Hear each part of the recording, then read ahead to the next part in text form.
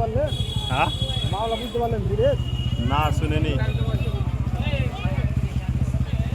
মামলা হচ্ছে সকালে খাবারের বাজার ছিল আর এখন এখন মালপত্রের বাজার। ও দেখেন সব কেনা বেচা তাই তো ঠিক ঠিক সকালে সবই খাবারের দোকান ছিল।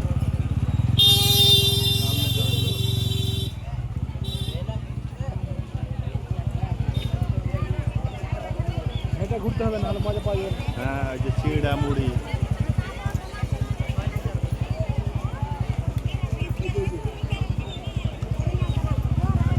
এই যে মাল পাওয়া যাবে। চিড়া মুড়ি সব আছে।